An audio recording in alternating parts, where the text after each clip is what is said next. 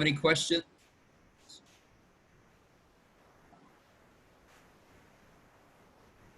Questions? I asked you to come ready because tomorrow, of course, is the quiz. And what's happening Monday?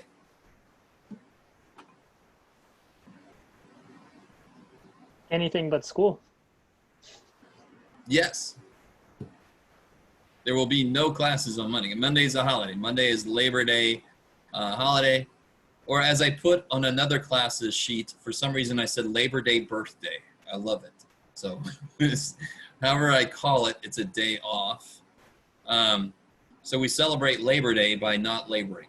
Sounds about perfect. So anybody, you guys have any questions? Are you guys completely ready for the quiz tomorrow? All right. Okay. Let's see, or somebody else. So if there's no questions, we're just going to get right back into where we left off. We're going to get into chapter 4. Yeah, I mean, I'm not sure what that question means. Somebody privately chatting me. And Jasmine, is that how? What? Oh, why not? So,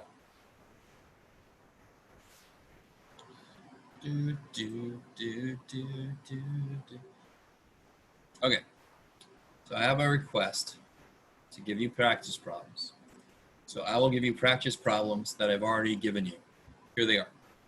So this is a practice test at the end of chapter 3, right? And I am almost certain that the answers would be at the end. I can check that out. Let's see. Answer key.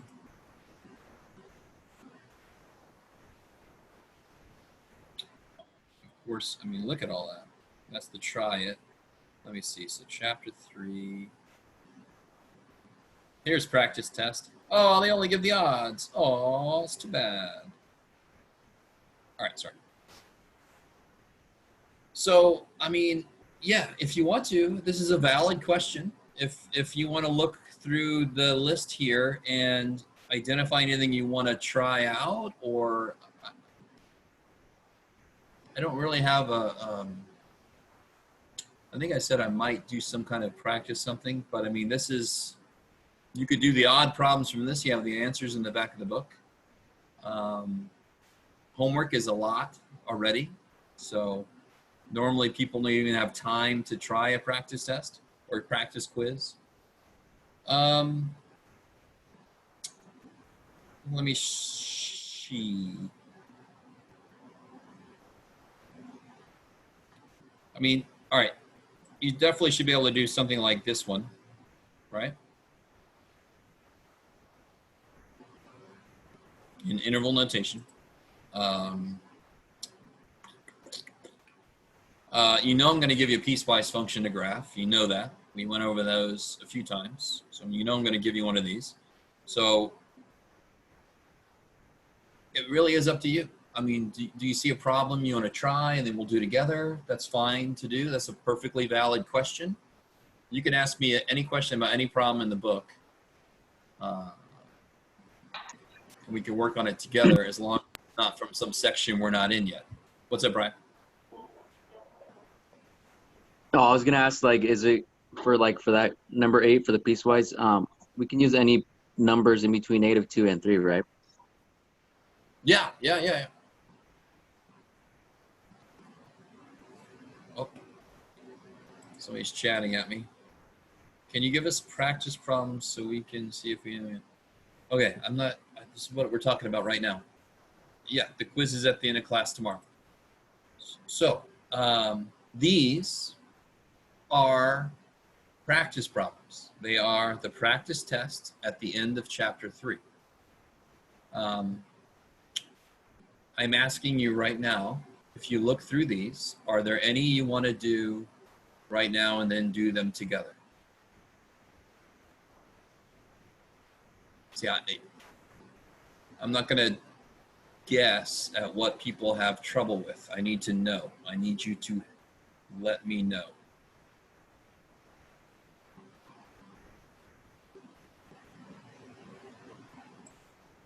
Or do you Could we want me go- to? Yeah, go ahead. Could we go over even and odd functions again? I don't think did we go over that in class? No, we didn't. Where did they show up? I think I talked a little bit about them, but not like a lot. Oh, they were probably in the transformation section, right? Let's see. So here's all you need to know about even and odd. I know I did talk about these. And of course, Joshua, neither, as if neither one of those is true.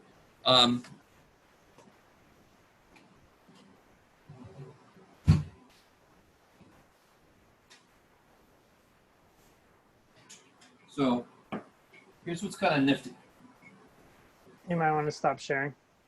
Oh yeah, I will. I'm not used to sharing so much. All right. Thank you.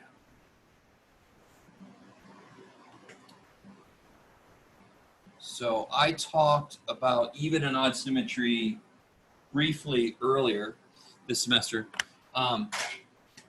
Even symmetry. Here's the official definition of even symmetry. If I put the opposite of an input in, I get the same thing as if I put the input itself in. That's a lot to take in.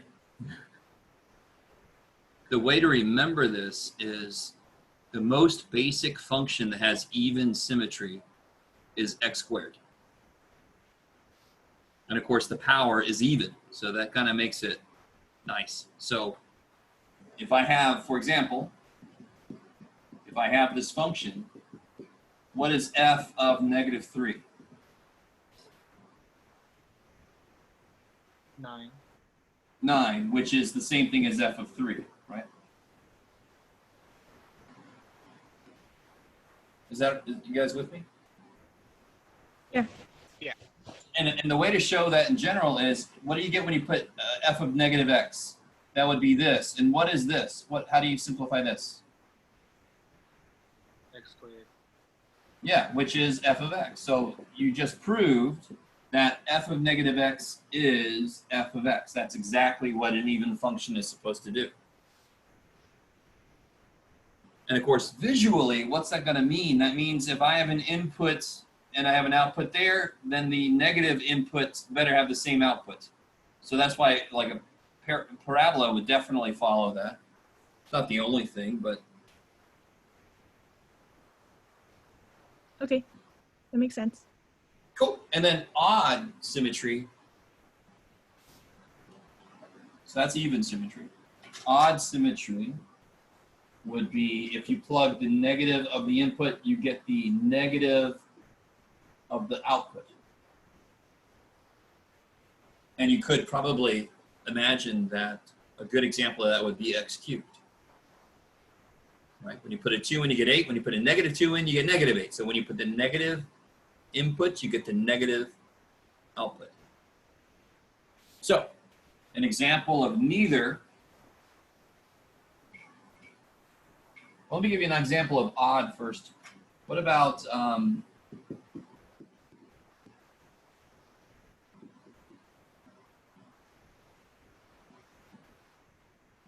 that's not the best thing. But if I put a -x in, oh Jeff, get out of there.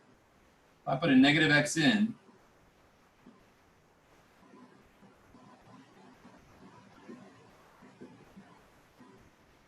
you do it, Jeff. There you go.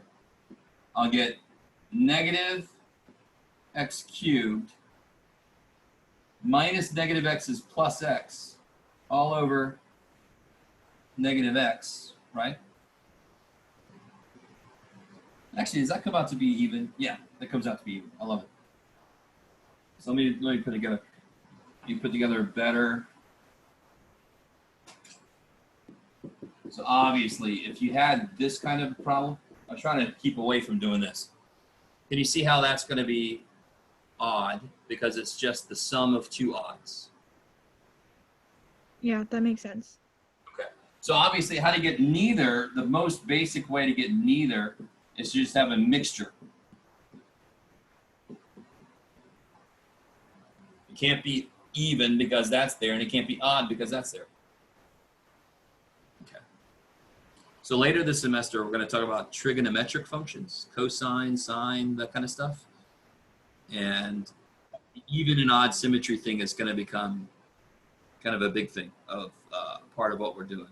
Oh, okay. So Athena, before we do that, that was actually a problem somebody asked me about earlier, and I said I was going to do either 5 or 6. I was going to show you the first part of 5 or 6. Maybe I'll do 6. Before we get into chapter 4, though, the quiz tomorrow is all about chapter 3. I wanted to stay in chapter 3, unless you guys have no more questions, and then we'll get back into chapter 4.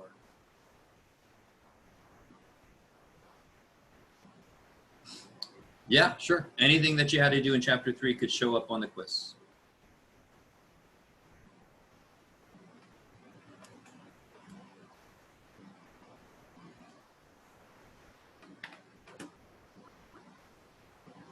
Did you have one in mind, Joshua? Yes. Okay. I'm ready. And Athena, don't let me forget. I'm going to do that as soon as we're done with chapter 3 review. Which one are you thinking about, Joshua? Section 3.6?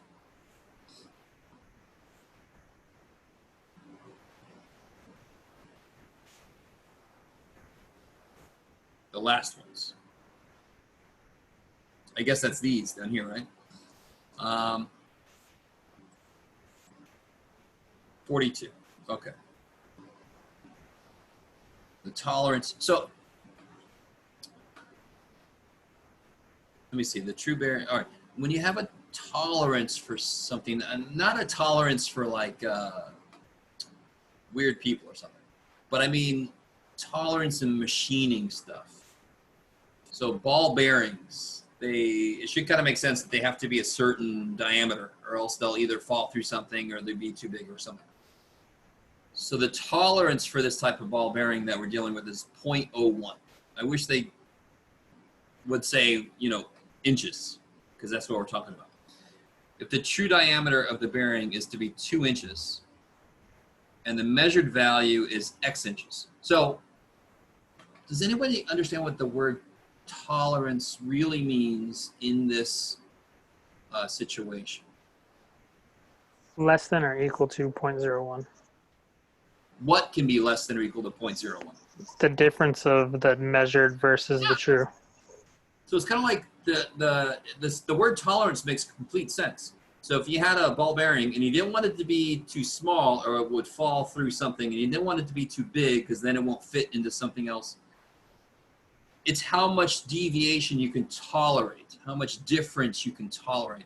So you want it to be 2 inches, but the machines might make some a little smaller and some a little bigger. You never know. There could be some kind of problem, but they make it within 0.01.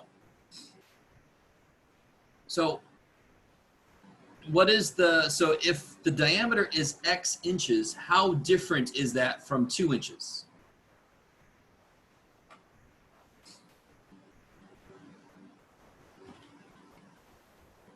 If the diameter is X inches, how different is that from 2 inches? That's okay, Emmett.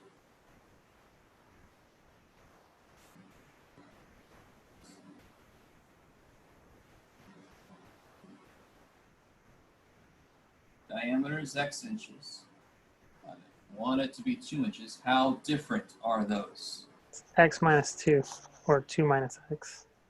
Yeah, so you've hit on something interesting. If I write this, that's assuming X is bigger than 2 to make sense, right? Right, but you can put it in an absolute value. There it is, and that's the whole purpose of the section 3.6, right? That kind of makes sense. So this is the absolute difference, right? And that, of course, like was said, that's got to be less than or equal to how much I'm allowed to be off by. 0.01? 0.01, yeah. So the difference between what the ball is and what it should be has to be at most this, because that's how much difference we can tolerate. So when you put the absolute value, it's because I don't know if that's going to be above or below this, and this doesn't give a shit. It just says whatever this difference is, it can't be more than that. So the absolute value, just make sure that I'm comparing it to the positive 0.01.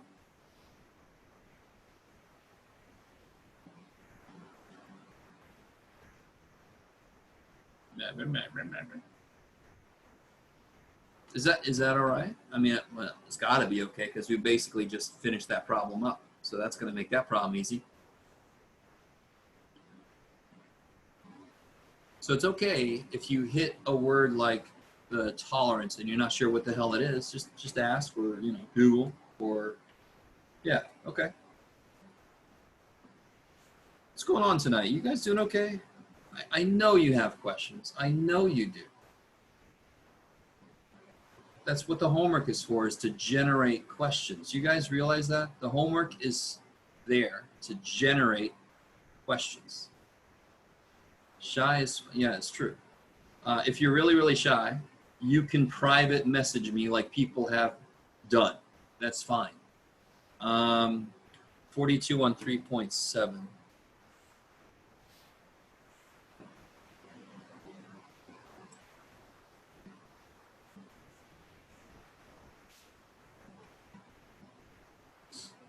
All right. Oh, good. Okay. Yeah, it's going to be exciting, especially the graph. Oh, it's on technology, though, so that's easy. Just throw in the calculator, whatever. So what are the steps for finding the inverse? What do you have to do first? Switch the signs? I think I know what you mean, but not the signs. For this one, do you have to Switch X for Y. first? Yeah. I'm sorry, what's the question again? Do you have to restrict the domain first? So why do you think that? Because the x minus 2 that's under it, that's in the Like, denominator. now, you ready for this? I don't think I've said this. When I write this function down, it's understood that x can't be 2. So if I said, what is the domain of this function? Do I have to tell you that x can't be 2? So if I said, what's the domain of this function? You wouldn't say, well, you haven't told us yet. No, what would you say? Probably what I just said, right? X can't be 2. Are you with me? Do you understand the difference here? I can have a function I can give you, like on a piecewise function, and I can restrict the domain. I can totally do that all day. But a function written like this, it has inherent restrictions. I don't have to say it. I don't have to restrict it because it restricts itself. Is that cool? Yeah, that makes sense. Okay. Was that the only issue, or do you know how to find the inverse?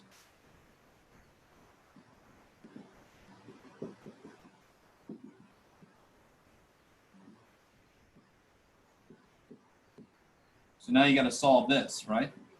Got to solve this for y. I like it because I think Brian said that earlier. Switch the x and y. When I said switch the signs, I meant X and Y. Yeah, I figured that's what you meant. I just had to get you to say it the right way. Every problem that, all right, how do I word this? Yeah, so if I have a function like the ones we see here, and it's invertible, this is the way to find the inverse, period. If there is an inverse for a function that you get in this class, to find the inverse, you do this process. You switch the x and y, you solve for y. Notice I'm being a little careful because, of course, there's higher levels of math with weirder freaking things happening. So, is everybody, you guys okay with doing the rest of this? I mean, how would you do this problem? I want to solve for y. So what would I do? Multiply it to both sides. You By multiply- y. Yeah. Yeah. So multiply that up.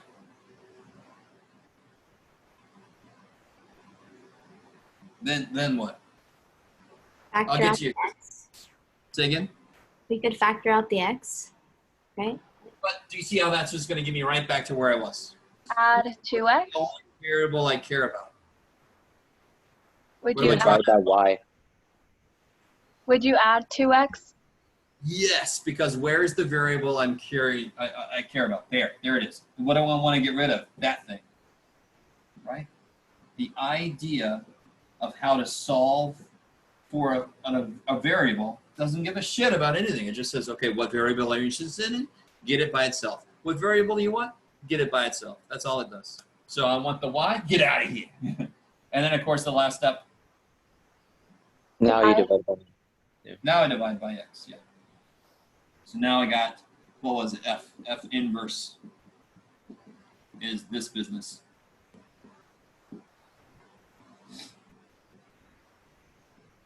Let me push this one step further. If I said, show me the work on verifying that this is the inverse of that.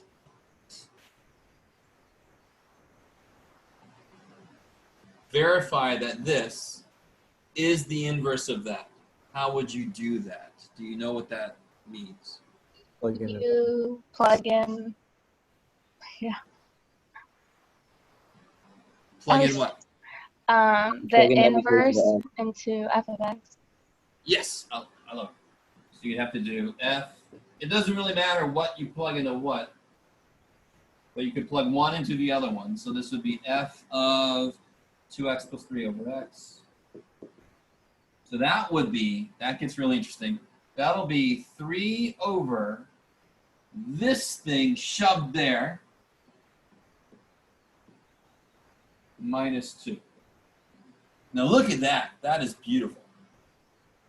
I am really weird. I love that thing. What the shit do I do with that?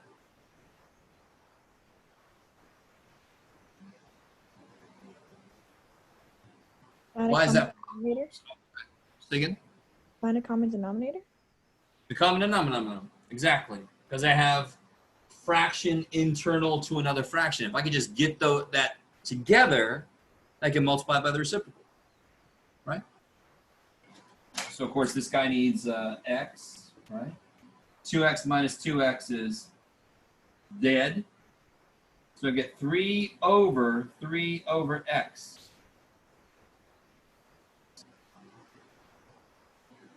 I mean,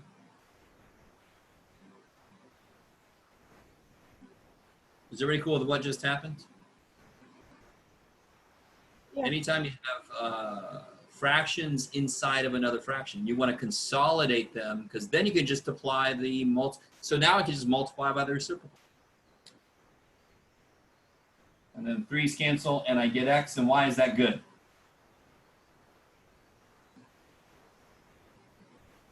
Because then you end with x. Say again, sorry. So you end with x. I end with x, which is good because that shows that these really did kill each other, like they're supposed to if they're inverses. So if you think you have two inverse functions, how do you verify it? Plug one in the other one, make sure that they kill each other, that you end up back with just x. They kill each other.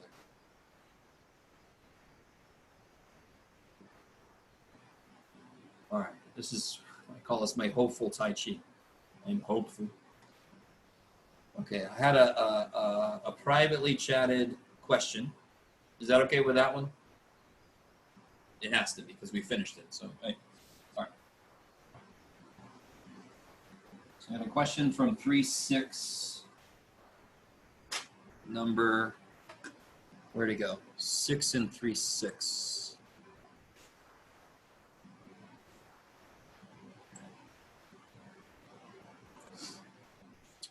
Oh, okay.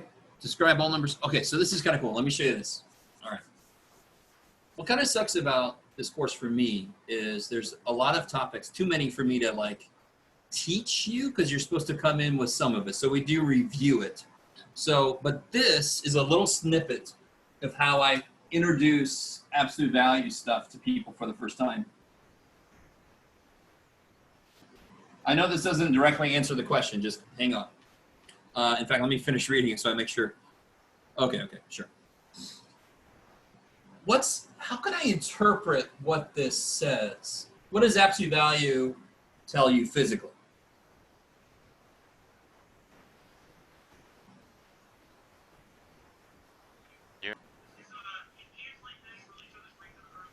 So this is how far away from 4x is minus 1? No, stop. Sorry. So it tells you how far apart these are. It says the distance between x and 1 is 4. That's how to read that in English. Let me say that again.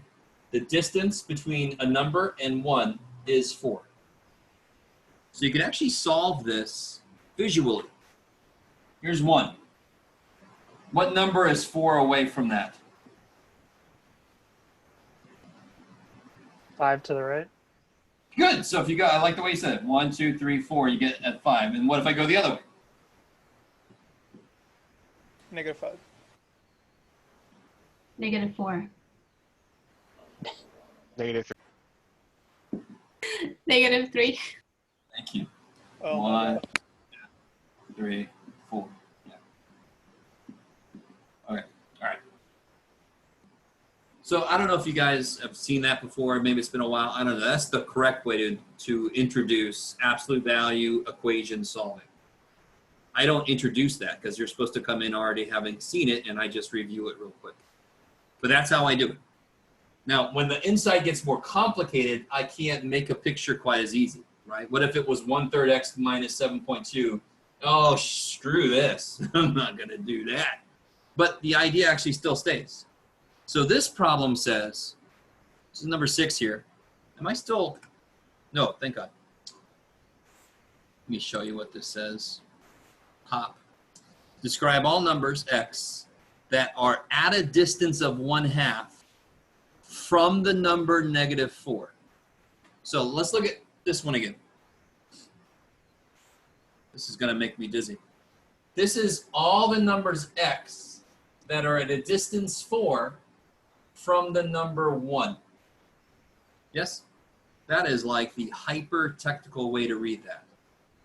Is everybody with me? Yep. Yes? So if I wrote this,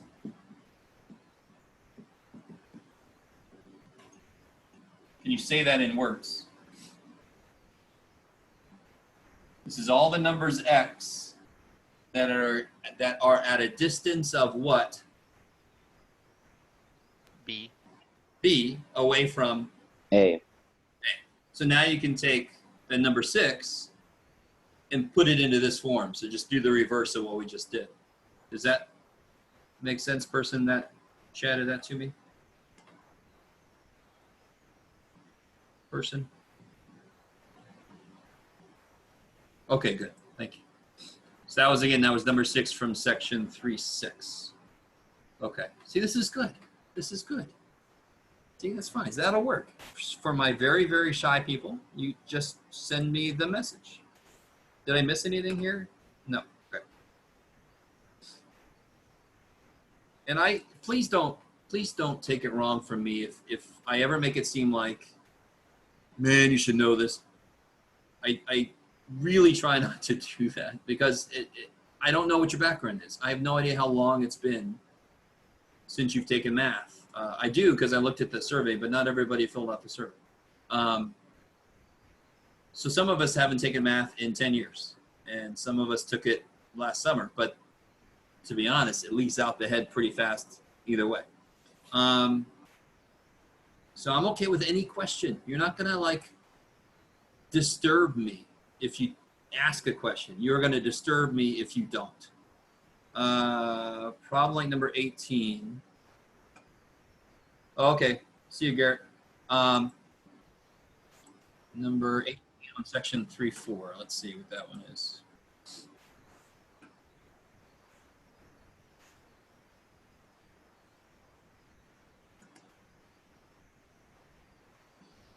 Oh yeah, okay.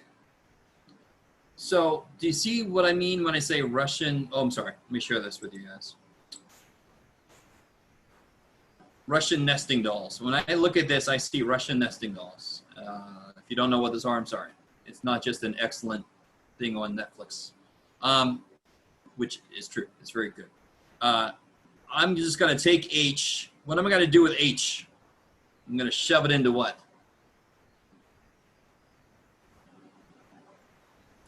Oh, somebody's chatting. Sorry. Yeah, I'm going to shove it into G, and then whatever I get from those two, I'm going to shove it into F. I mean, that's that. So that square root of x, I'm going to shove it in here. So what do I get when I plug h into g? What do I end up with? If I take this and plug it into this. Square root of x minus 6. Yeah, and be more careful how you say Square it. root of x. Good. Minus 6, right? So you say square root of x minus 6. So you make sure that the minus 6 is outside. So I've had a few people tell me that you get this, which makes no sense. If you have this function and you plug a square root of x in, you should end up with square root of x minus 6, like that. One of my previous students said it should have a back wall to it, and I agree. That symbol should have a back wall to it because stuff kind of creeps into it, creeps out of it. And then you just take this thing and you shove it into, oh, am I still sharing? God damn. Ah, so much technology. Anyway, you just take what you get from there and you plug it into there. And then you're done. And again, whenever I say something like that, like, it's that simple. I don't mean to make you feel bad if you didn't see it. I'm always trying to show you that it's not as weird as it first sounds. Very often. Sometimes it is as weird as it first sounds, but is that okay for that one? Oh, let me see. Did I miss something? Yeah, please don't. All right, so just to kind of give it away, the f of x for that one was, I forget what it was. Come back here. There it is, x to the 4th plus 6. So what did I get from my g of h of x? I got rad x minus 6. And now I'm going to shove that in there. Become a thing. Am I still sharing? No, thank God. So now I'm going to get this to the 4th power. There is zero reason to expand that. There is zero reason. No reason at all. This is a perfectly fine function. No reason to multiply that shit out. It would be so crapadelic. So crapadelic. So don't do it.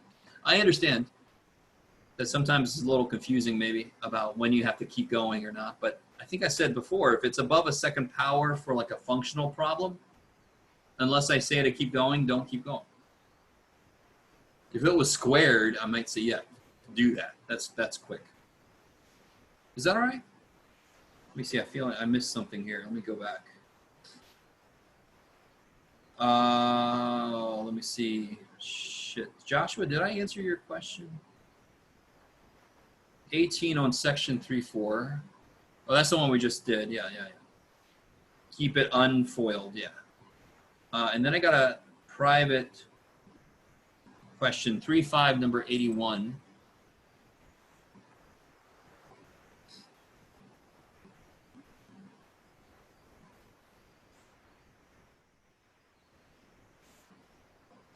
Hello. So what's this one say to do?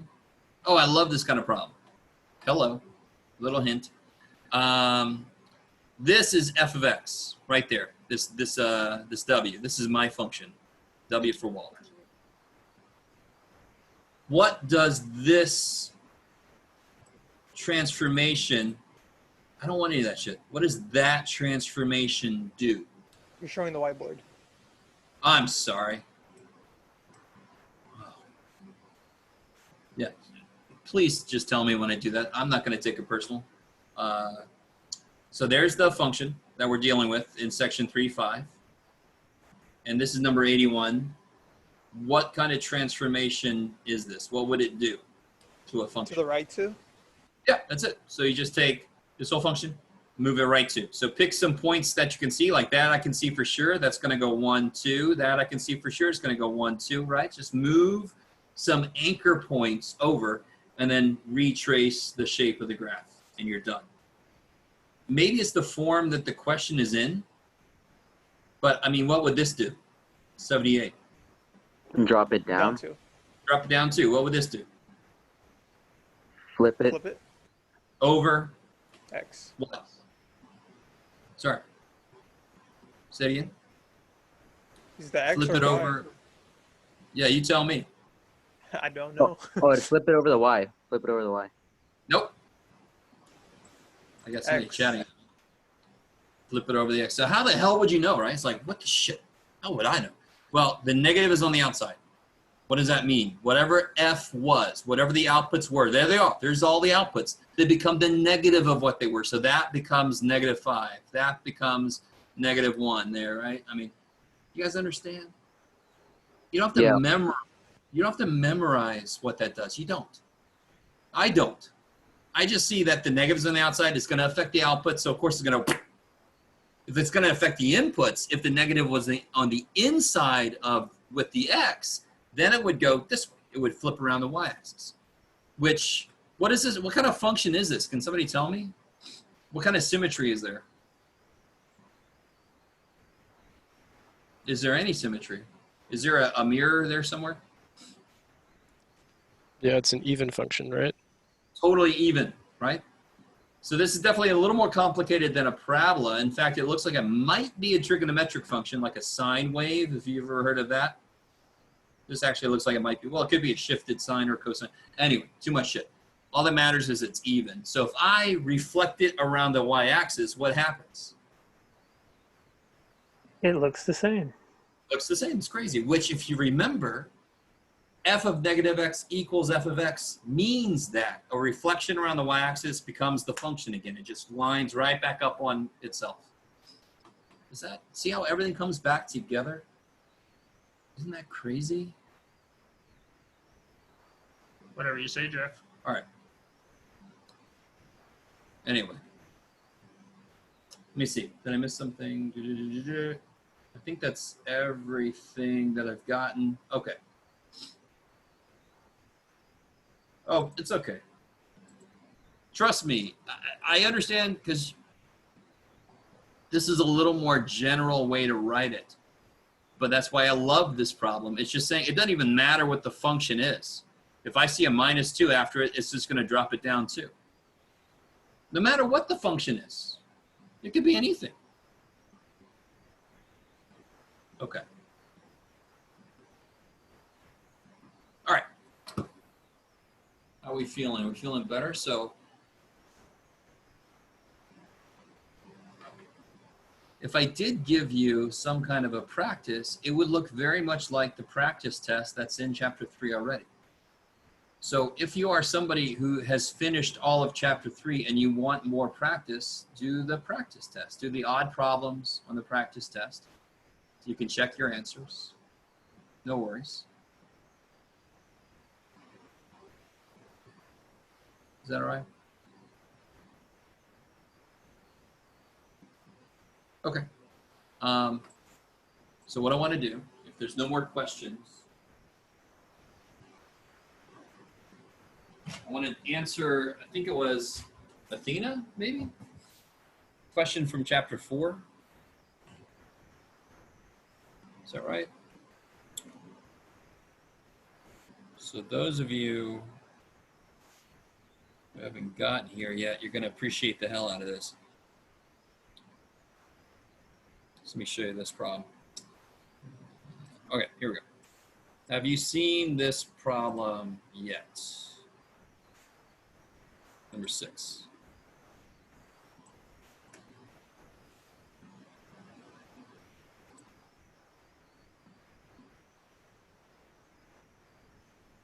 Read through that problem and let me get your initial reactions.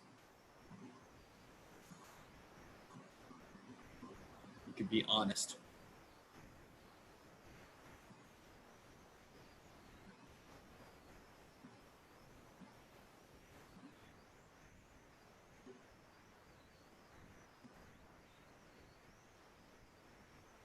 No reaction? If it was me, if I was in this class, we go, what the shit? What? That would be my reaction. There's a good reaction. Whoa, what the fuck? No idea. What the hell? Are you serious? I'm supposed to. That's number 6. That would be another reaction of mine. What's funny is that's one of the harder problems in the whole homework. And they put it like right at the beginning. And then I assigned it. All right. This is a perfect example. Oh, Amber. I can't even make a joke out of that without sounding like an asshole. I was going to say something like, you're not supposed to know that yet. No, shut up. You just have to stop. And what's the most important? What's the answer going to be? I mean, what do they want from you? What do they want you to find fundamentally? Forget about all the particular shit. What are you supposed to find? Area Area. Area of a triangle. a triangle. All right, all right. So what you do is you say to yourself, what do I need to find the area of any triangle? What do I need? 3 points. No. What's the formula for the area of a triangle? Base times height divided by 2. Yes, half base times height. Right? And I actually had a song I made. Half height base, half height. Anyway, it was bad, so that's all I'm gonna do. All right. Part of what you don't get exposed to very much, and what starts to become very, very important at this level, if you haven't been exposed to it, is what. Oh, there we go. I was waiting for somebody. I was like, it took you guys way too long to start writing on this. So now you can't. Is how do I approach a problem? How do I figure out what is it about the problem that tells me what to do to it, right? So this kind of problem is just like, there's so much shit happening. You're okay, Brian. Don't get me wrong. I was like, why is nobody trying to write on this? And finally somebody did, so I feel a little bit better. Sort of like you're only worried about your kids if they're not weird. So number 6, I know I want the base and the height of this triangle. Do I have the triangle to work with yet? So then the next thing is, let me create this triangle they're talking about, right? So then I can see what the base and the height are. So go ahead and get out a sheet of paper. If you're not, do this with us. Here we go. Let me get a blank sheet of paper out. Do I have a blank sheet of paper? I don't know. Here we go. That's blank. Yay. All right. Make yourself a nice XY coordinate system. So one side of the triangle is the x-axis. Kick ass. So does it make sense that where the other lines and things intersect the x-axis defines the other sides? Does that make sense? I mean, that's, so the line goes forever, but all I care about is where they hit the x-axis. That's where they end. Does that make sense? Yep, sure does. Okay, so I'm going to tell you something. You got to be careful about you can do it, Jeff. The scale you want to use, because looking at the function they gave us, so the x-axis, great. The function they give us is 12 minus 1/3 x. Can somebody tell me very quickly what the x-intercept is?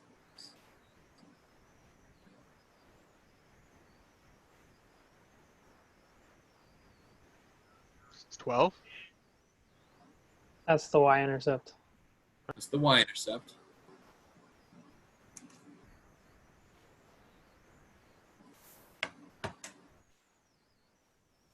See if I can do this. Anybody? Is it? Oh, that's right. All right. Let me do it real quick. Sorry, guys. Let me do this so I can. So much freaking technology. It's crazy. Is it 36? There it is. 36. That's right. All right. There's that. Okay, good. All right. So let me see. Oh, shit. I got to do this. I can still see it. Good. Where's my annotation ability? Annotation. Do. Okay. There we go. Now I should be able to write yes. So I want to be able to get up to 36. So maybe I go by sixes.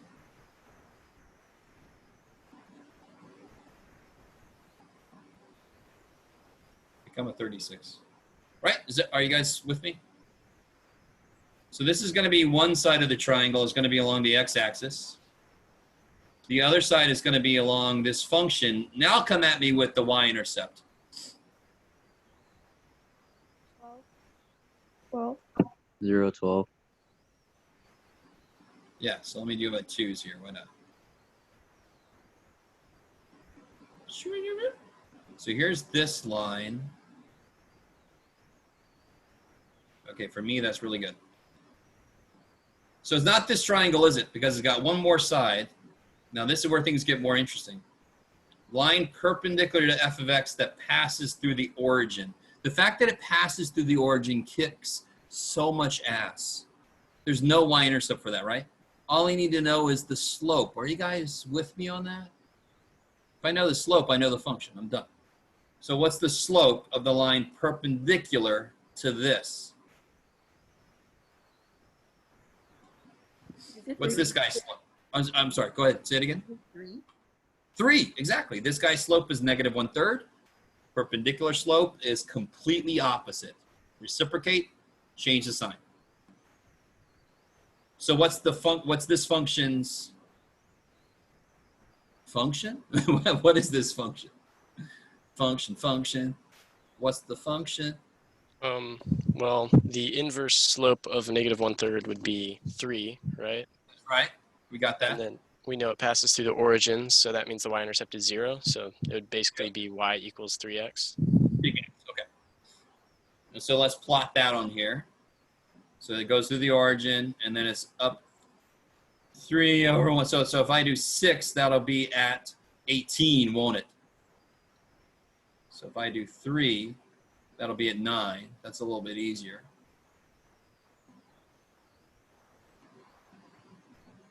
It's a little bit easier, but not easy. Shit. All right.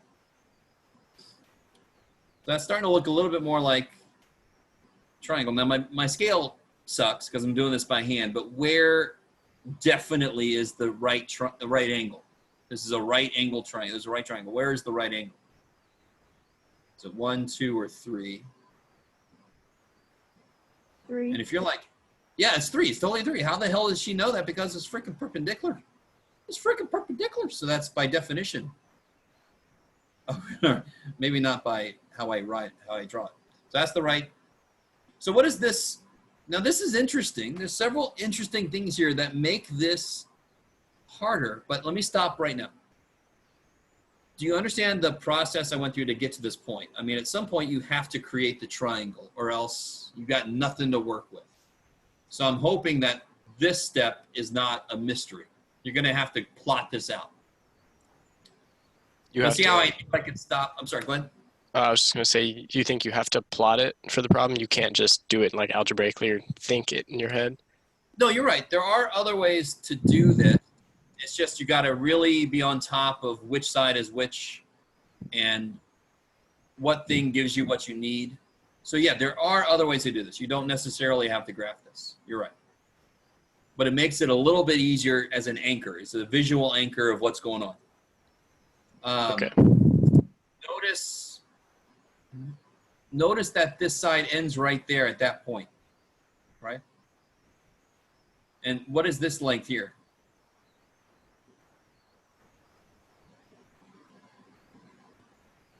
I mean, why is that length important? Remember, the area is 1/2 based on side.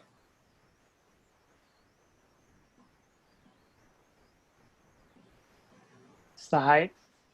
Yeah, you could either see it as the height or the base, right? Because it's the one right around. So you need these two lengths.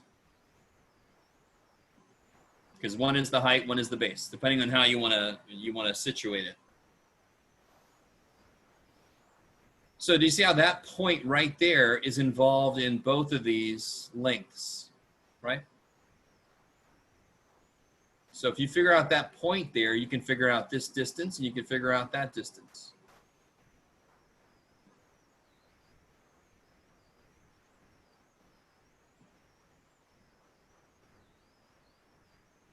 Yeah? How the hell am I going to figure out that point? Well, can somebody tell me what point is that? That's the point where what happens? There's an intersection. Yeah, there's an intersection between this one and this one. So if you just solve that, you can figure out what the x piece of that point is. Now, I can already sense, even from the black boxes with names in it. I thought I asked you guys if more people could turn the cameras on, but that's all right. I can sense a hatred of this problem. But you have to learn to love this problem. And I'm very curious. I mean, this is my first impression of this problem, of how to do this. There could be other ways. There could be quicker ways. Like number 5 has got a very long way to do it, or it's got a very short way to do it. So it's you know, there's somebody.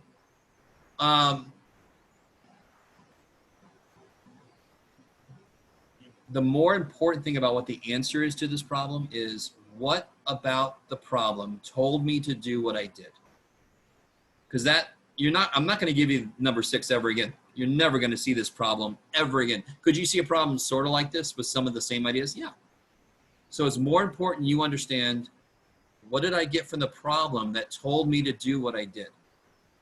And again, I'm not saying this is the only way to do the problem. It's just the way that I thought of doing it right now.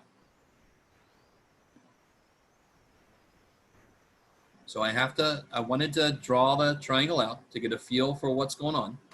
Now I know that that point is important, because that point is going to tell me how long these two are. Yeah, and I need those two because that's what the formula needs.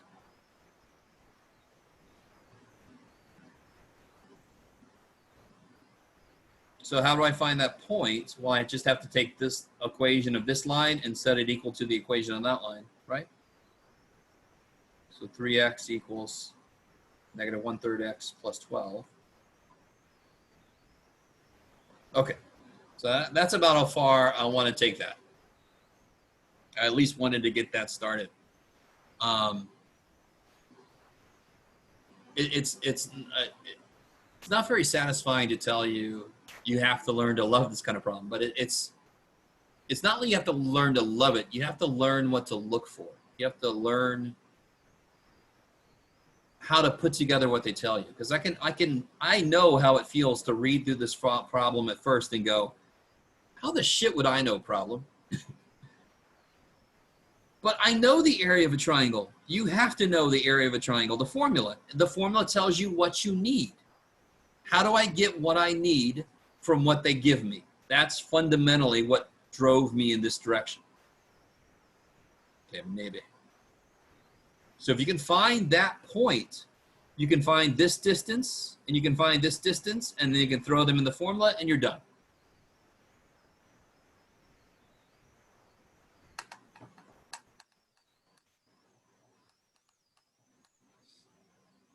Okay, all right. Is that, I mean, that's better than where you were before that, right? Whoever asked that question? I mean, I'm not going to finish the problem right now. I might finish the problem later when I feel like more people have actually tried it all the way out. Number 5 sounds a lot like number 6, but number 5 is got something you could do that'll make that easier to handle.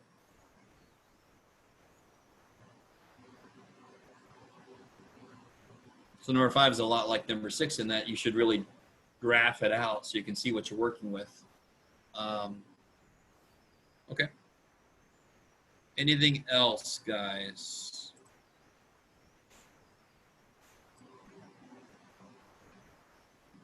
Oh, Brian, what's up? Brian? No, I'd accidentally pressed on it by accident. My bad. That's all right. Okay. So I want to show you, let me go ahead and show you a little bit about what I mean.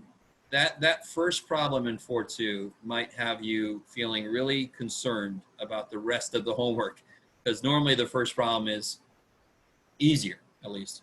But if you look at the rest of these, so let's look at number 11. So read through number 11 here. Oh, somebody's saying, oh, I don't blame you. I don't blame you. Somebody's agreeing with me. Same way I would feel if I did some homework. I'm like, all right, number 112 is normally hard as this, and this is number 6. Holy shit. But look at number 11.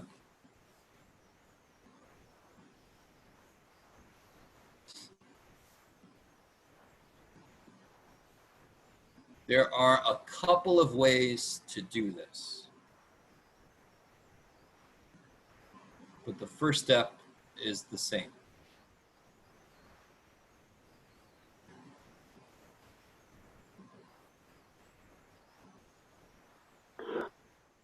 What do you need to find to create the function? Or do you even need a function for number 11, to be honest? But I do kind of want you to create the function. That's the whole purpose of this section. Would you find the difference between 2010 and 2012? Sure. And be the rate of Average- change. Average rate of change. Yeah, so you wouldn't just do that alone. What else would you do? You find a difference between those and then divide by 2. 2. Yeah, good. Difference in the outputs divided by difference in the inputs. Right? Find the slope. So take a second and well, that was my fifth puberty. Take a second and try that out. Oh, okay, that's easy. What do you guys get for the slope? 3,025. You're so quiet. What? I got 3,025 for the slope. Oh, I can't. Oh, I can do that with my. All right. I'm not going to use my mouse. Screw that. It's too bad. Get out of here. Yeah. So I get. What'd you get again? Sorry. 3,025. 3,025. Exactly. So what's the now? What's a smart way to construct this line? Do you want to use 2010 and 2012 as inputs? Not really, no. You don't have to, right? Can't you define X to be the number of years since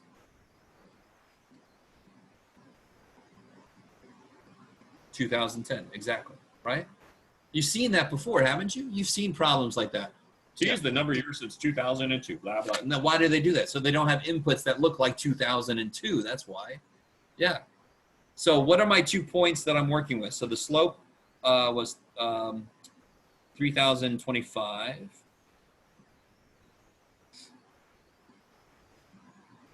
And actually, what are the 2 points I'm working with, and why does it kick so much ass the way I've just decided to do it? So what's the 2010 point? If I do it like years since 2010, what's the point?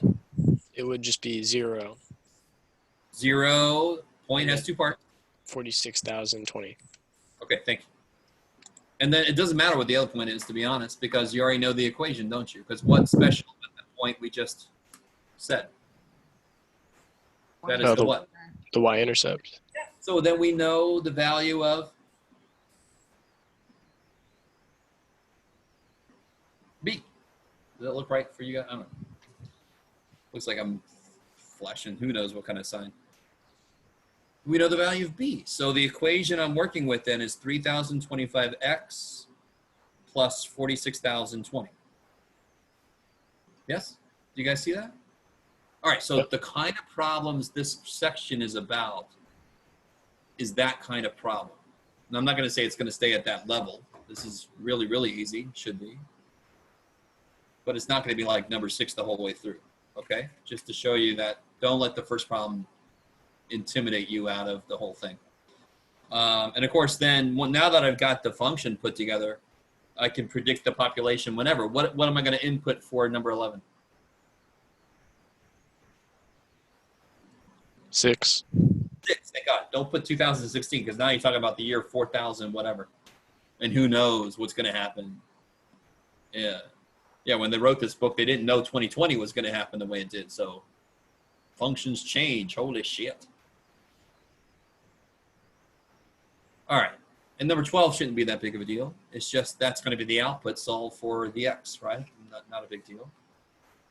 Okay. So most of these you can see kind of have this situation. You create a function, and then they ask you to work with the function you created. Blah, blah, blah. See another one where they give you a graph. And in this one, they don't even want you to find, yeah, here it is, the linear function, right? But you got points to work with. You could find a slope. I mean, that's the same thing. It's just graphical presentation of the data. Anyway, so that, yeah, this homework 4.2, the very first couple problems are much harder than the rest of it, which isn't normal, but I'm glad we're talking about it so you don't get all freaked out. 4.1, yeah, let me see. Come up here, 4.1. Yeah, this one, yeah, I don't know. I've gotten questions from 4.2, but nobody from 4.1, because 4.1 should be relatively simple. How can you tell very quickly which one of these are not linear, for example? When it's squared? When any variable is squared, yeah. The minute, in fact, I mean, if you want to even go beyond these problems, when any variable has a power that's not 1, it won't be linear. Crazy. And then, you know, and can I ask you guys just an honest question? Because I don't want to make too many assumptions, but read this and then relate what they're asking you to do with what we just did in number 6 with the triangle. And then let me say this. You might see a problem like this and go, no, there must be more to this, is what I'm hoping you think. No? How do I tell if it's increasing or decreasing? What would it, to be increasing, what's got to be true? Positive slope. Slope is positive. To be decreasing, the slope is Negative. negative. To be neither, the slope is 0. Okay. Is that all right? You guys see what I'm saying? So again, I don't mean to make you feel bad if you didn't know what to do here, but sometimes it's the way they word it. But that really is just a question of what's the slope? Slope positive up, slope negative down. And then this one, I mean, yeah, I mean, so it's kind of, you know, I like this book. I like the variety of levels of questions, but sometimes it has whole parts that you start to doubt yourself that it is as simple as they want. This is just find the slope. This is just y2 minus y1 over x2 minus x1, blah, blah. Right? So this part needs to be simple. Yeah, these need to be relatively simple. Right, and you can either solve for b, or you can use the y minus y1 equals m times x minus x1 thing. Right, I think we talked about that, hopefully. I think we did. Is that why you assigned it every other fifth in those sections? Yeah, you got it. I was tempted to make this a part, like I made chapter 1 and chapter 2 just review stuff. But, you know, what the hell. I just, yeah, picked a few out of here. How do you do this one real quick? I mean, we should know this. How do I tell if they're parallel? The slopes will be The same. the same. How do you tell they're perpendicular? They're reciprocals of each other. And yes, so I always like to say parallel is completely the same slope. Perpendicular is totally opposite. In how many ways do we have to make slopes opposite? Reciprocal, change the sign. And we already applied this earlier, didn't we? So if one slope is 1/4, the reciprocal, the perpendicular slope is -4. Flip it, change its sign. Right? Don't pop it. Flip it, pop it. No, flip it, change the sign. All right. Oh my God. All right, sorry. X and Y intercepts. Eat that shit up. Find the slope. Okay. All right, so 4.1 has got to be relative. Let me throw this word in there. Relatively simple. There could be some things you've forgotten. There could be some things they word really weird. So please don't hesitate to ask me questions about it. But at the same time, when you read through it and you start to do it, it is as simple as it sounds. It's very basic. It should be. So I'm not trying to make you feel bad. I'm trying to make you not overthink it. Okay. So now, if there's no other questions, the last thing I want to do, what time is it? Yeah, just real quick. I want to let us out like very, very, very, very, very, very, very soon. I just want to, do you guys see the table of contents over here? I'm thinking you probably. So you can see what we're about to get into. Quadratic functions, that stuff we worked with before. We're going to do a review of those quadratic functions. Then we're going to work our way into polynomial functions. And this is one of the first major pre-calculus level stuff. And I don't mean to say that to make it sound like, oh my God, holy shit. It's just that we're going to do stuff you haven't done before with polynomial functions. I'm not saying it's going to be difficult. I'm saying it's going to be new. That's all.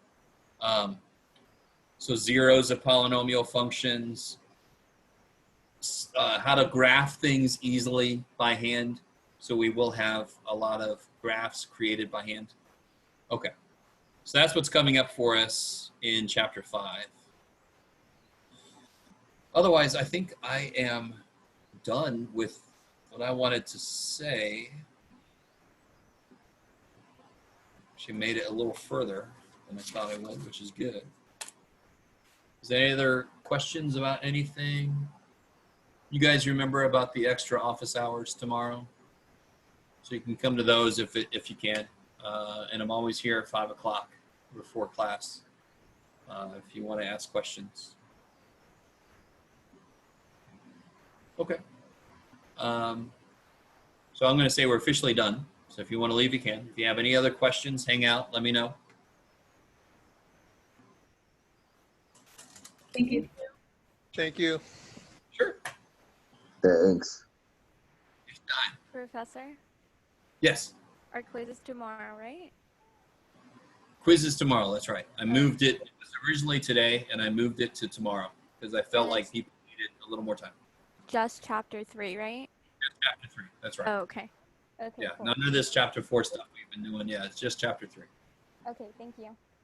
Okay. Deja, you good? Okay. Deja, you good?